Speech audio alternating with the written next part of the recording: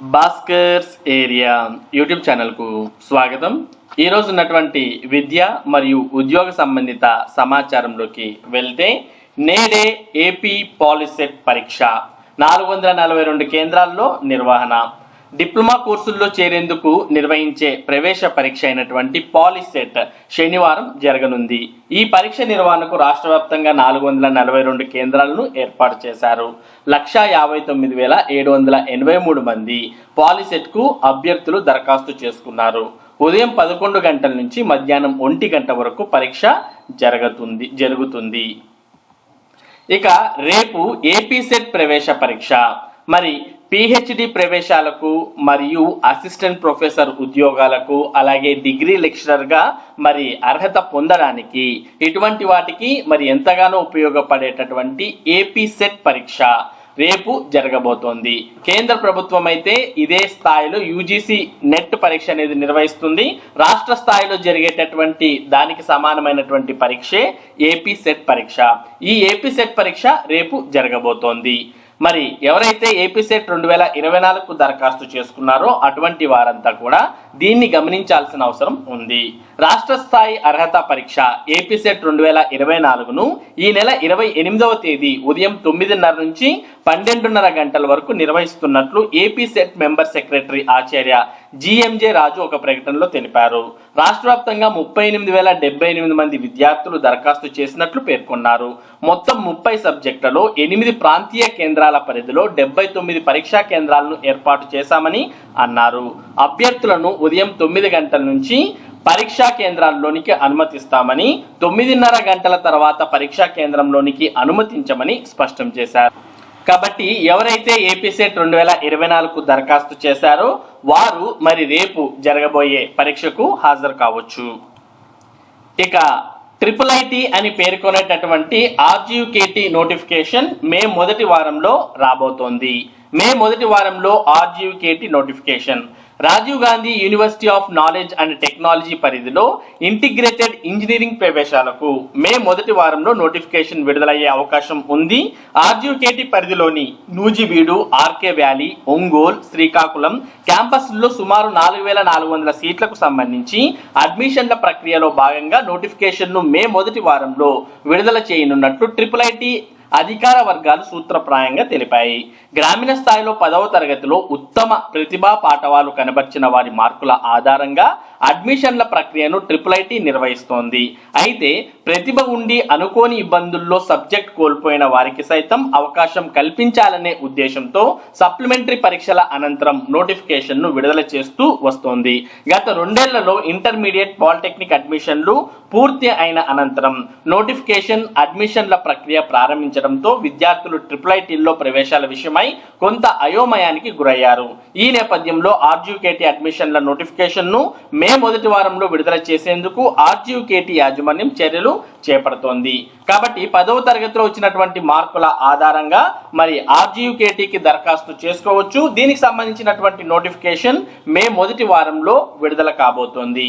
కాబట్టి ఎవరైతే మరి IIITలలో మరి సీట్ కోరుకుంటున్నటువంటి విద్యార్థులు ఉన్నారో వారంతా మరి RGUKT నోటిఫికేషన్ కు సంబంధించినటువంటి పూర్తి సమాచారాన్ని మరి తెలుసుకోవాల్సిన అవసరం ఉంది. మే మొదటి వారంలో నోటిఫికేషన్ అనేది రాబోతోంది. ఇక ఆంధ్రప్రదేశ్లో పాఠ్య పుస్తకాల ముఖ చిత్రాలు అంటే కవర్ పేజెస్ అనేవి మారబోతున్నాయి. 1-2 తరగతులు మినహా పాఠ్య పుస్తకాల ముఖ చిత్రాల మార్పు. పాఠశాల విద్యాశాఖ ప్రిన్సిపల్ సెక్రటరీ ప్రవీణ్ ప్రకాష్ 2024-25 విద్యా సంవత్సరానికి సంబంధించి 1వ తరగతి నుండి 10వ తరగతి వరకు పాఠ్య పుస్తకాలు వెబ్సైట్లో అందుబాటులో ఉన్నాయని పాఠశాల విద్యాశాఖ ప్రిన్సిపల్ సెక్రటరీ ప్రవీణ్ ప్రకాష్ శుక్రవారం ఒక ప్రకటనలో వెల్లడించారు. 2024-25 విద్యా సంవత్సరానికి 1-2 తరగతులు మినహా మిగతా అన్ని తరగతుల పాఠ్య పుస్తకాల ముఖ చిత్రాలు అనగా కవర్ పేజెస్ మారనున్నాయని తెలిపారు. ఆయా తరగతుల పుస్తకాల ముఖ చిత్రాలు సులభంగా గుర్తించేందుకే ఈ నిర్ణయం తీసుకున్నామని అన్నారు. పాఠ్యాంశాలపై మరింత పట్టు సాధించేలా వేసవి సెలవుల్లో విద్యార్థులను చదివేలా ప్రోత్సహించాలని డిఈఓలకు సూచించారు. ద్విభాష పాఠ్య పుస్తకాల రూపంలో ఉన్న సైన్స్, సామాజిక శాస్త్ర పాఠ్య పుస్తకాలను కథలుగా చదవడం ద్వారా సంబంధిత సబ్జెక్టులపై మరింత అవగాహన పెరగడమే కాక ఆంగ్ల భాషా నైపుణ్యాలు సైతం మరింత మెరుగుపడతాయని అన్నారు. కేవలం కేవలం ప్రభుత్వ పాఠశాల విద్యార్థులే కాకుండా ప్రైవేట్ ఎయిడెడ్ పాఠశాలల విద్యార్థులు కూడా ఈ అవకాశాన్ని ఉపయోగించుకోవాలని కోరుతున్నామని అన్నారు. విద్యారంగంలో విప్లవాత్మకమైన మార్పుల ద్వారా మన విద్యార్థులను గ్లోబల్ సిటిజన్స్ గా తీర్చిదిద్దాలనేది తమ లక్ష్యమని ఆయన తెలిపారు. పిల్లల భవిష్యత్ కోసమే విద్యారంగంలో వినూత్నమైన మార్పులను తీసుకొచ్చినట్లు ప్రవీణ్ ప్రకాష్ పేర్కొన్నారు. ఇక అంగన్వాడీ కార్యకర్తలు ఒప్పంద ఉద్యోగులకు కూడా పోలింగ్ విధులు అంటే ఎలక్షన్ డ్యూటీలు అనేవి వారికి కూడా వేయబోతున్నారు. పోస్టల్ బ్యాలెట్ దరఖాస్తు గడువు మే 1 వరకు పొడిగింపు. జిల్లాల్లో పోలింగ్ విధులకు అంగన్వాడీ కార్యకర్తలు ఒప్పంద ఉద్యోగులు వినియోగించుకునేందుకు అనుమతిస్తూ రాష్ట్ర ప్రధాన ఎన్నికల అధికారి ముఖేష్ కుమార్ మీనా ఆదేశాలు జారీ చేశారు.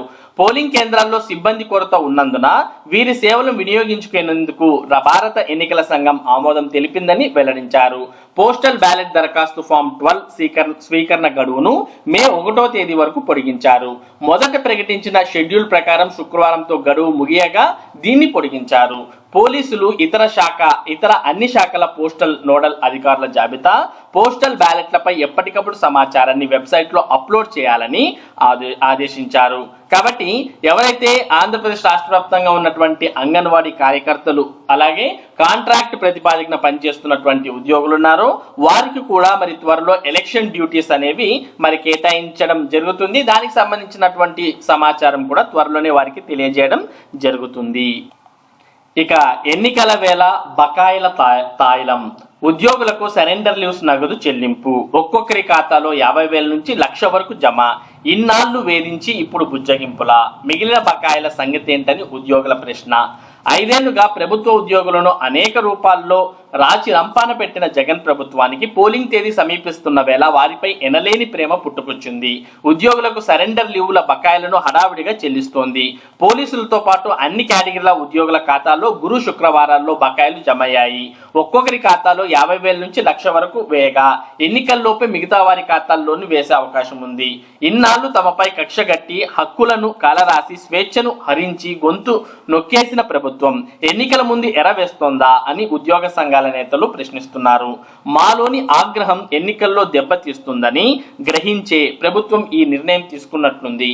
మాకు భుక్తంగా రావాల్సిన సరెండర్ లీవ్ సొమ్ములనే విడుదల చేసి ఏదో లబ్ధి చేకూర్చినట్లుగా భ్రమ కల్పిస్తోందని అన్నారు. న్యాయబద్ధమైన డిమాండ్లు నెరవేర్చాలంటూ మేము ఎప్పటి నుంచో గొంతు చించుకుని అరుస్తున్నా పట్టించుకోలేదు. పైగా మా ఆందోళనలు ఉద్యమాలను ఉక్కుపాదంతో అణిచివేసింది అని ఉద్యోగులు గుర్తు చేస్తున్నారు. మాకు రావాల్సిన బకాయిలు చాలా ఉన్నాయి. సుమారు 17,000 కోట్ల వరకు చెల్లించాల్సి ఉండగా అవన్నీ పెండింగ్ లో పెట్టి సరెండర్ లీవ్లు బకాయిలు మాత్రమే చెల్లిస్తోంది. అది అందరికీ ఒకేసారి ఇవ్వకుండా విడతల వారీగా రోజుకు కొందరి ఖాతాల్లో వేయడం దేనికి సంకేతం అని ఉద్యోగ సంఘం నేతలు ఒకరు ప్రశ్నించారు. 17,000 కోట్ల మాటేంటి? ఉద్యోగులకు ప్రభుత్వం మొత్తంగా 17,000 కోట్లకు పైగా బకాయిలు చెల్లించాల్సి ఉంది. డిఏ పిఆర్సి బకాయిలు 7,500 కోట్లు రావాలి. వీటిని 2027లోగా దశల వారీగా చెల్లిస్తామని నోటి మాటగా చెప్పడమే తప్ప ఉత్తర్వులు ఇవ్వలేదు. అంటే ఆ బాధ్యతను వచ్చే ప్రభుత్వం పైకి నెట్టేసింది. టీఏడిఏ బకాయిలు 274 కోట్ల వరకు ఉన్నాయి. సిలిండర్ లీవుల బకాయిలు 2,250 కోట్లు ఉండగా వీటిలో పోలీసులకు చెల్లించాల్సిన సొమ్మె 500 కోట్లు. 2021-22 నాటికి పెండింగ్ లో ఉన్న బకాయిలు మరో 300 కోట్లు. మెడికల్ రియంబర్స్మెంట్ బిల్లులు 118 కోట్లు విడుదల చేయలేదు. కాంట్రిబ్యూటరీ పెన్షన్ ఉద్యోగుల జీతాల నుంచి మినహాయించిన సిపిఎస్ మొత్తాన్ని ప్రాన్ ఖాతాకు జమ చేయాల్సినవి సుమారు 933 కోట్లు ఉన్నాయి. సిపిఎస్ పెన్షనర్లకు నగదు రూపంలో డిఏ బకాయిలు 2,100 కోట్లు చెల్లించాల్సి ఉంది. 2022లో ఇవ్వాల్సిన 2 డిఏల బకాయిలు కలిపి 4,500 కోట్లు ఉన్నాయి. 5 ఏళ్లుగా కాల్చుకు తిని ఇప్పుడు బుజ్జిగింపులా. గతంలో ఎప్పుడు లేనంతగా జగన్ సర్కార్ ఉద్యోగులను పలు రకాలుగా వేధించి 11వ పిఆర్సీలో మోసగించింది. మధ్యంతర వృత్తి ఐఆర్ 27% ఉంటే దానిని 4% తగ్గించి 23% ఫిట్మెంట్ ఇచ్చింది. ఉద్యోగులు ఐఆర్తో పొందిన జీతం కంటే ఫిట్మెంట్తో తీసుకున్న జీతం తగ్గిపోవడం చరిత్రలో తొలిసారి. ఇంటి అద్దె భత్యంలోనూ కోత పెట్టింది. రాష్ట్ర సచివాలయ ఉద్యోగులకు గత ప్రభుత్వ హయాంలో 30% ఉన్న హెచ్ఆర్ఏను 24%కి తగ్గించింది. జిల్లా కేంద్రాల్లో 20% ఉన్న హెచ్ఆర్ఏను 16%కి కుదించింది. 11వ పిఆర్సీ సిఫారసు చేసిన పే స్కేళ్లను పూర్తి స్థాయిలో అమలు చేయకుండా 12వ పిఆర్సీ వేసింది. 2023 జూలై నుంచి కొత్త పిఆర్సీ అమలు కావాలి. ఆలస్యమైందన్న అయిందని ఐఆర్ ఇవ్వాలి. ఆ గడువు దాటి 10 నెలలైనా ఇప్పటికీ ఐఆర్ ప్రకటించలేదు.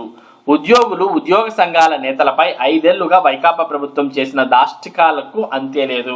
పీఆర్సీ అంశంపై 2022 ఫిబ్రవరి 3న ఉద్యోగులు చేపట్టిన చలో విజయవాడ ఆందోళనను అడ్డుకునేందుకు తీవ్రంగా యత్నించి లక్షలాది మంది ఉద్యోగులు బీఆర్టీఎస్ రహదారిని దిగ్బంధించడంతో కంగుతిన్న ప్రభుత్వం అనేక మందిని అరెస్ట్ చేసి కేసులు పెట్టింది.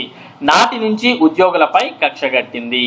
మొత్తానికి మరి ఎన్నికల వేళ బకాయిల తాళం అనే సమాచారాన్ని ఇక్కడ మనం చూస్తూ ఉన్నాం. మరి ఇవి ఈ రోజు ఉన్నటువంటి విద్య మరియు ఉద్యోగ సంబంధిత సమాచారం. ఇటువంటి ముఖ్యమైన సమాచారాన్ని భాస్కర్స్ ఏరియా మీకు అందిస్తూ ఉంటుంది. మరి ఈ సమాచారం మీరు మిస్ కాకుండా ఎప్పటికప్పుడు పొందడానికి మన భాస్కర్స్ ఏరియా యూట్యూబ్ ఛానల్ కు సబ్స్క్రైబ్ అవ్వండి. Thank you for watching this video.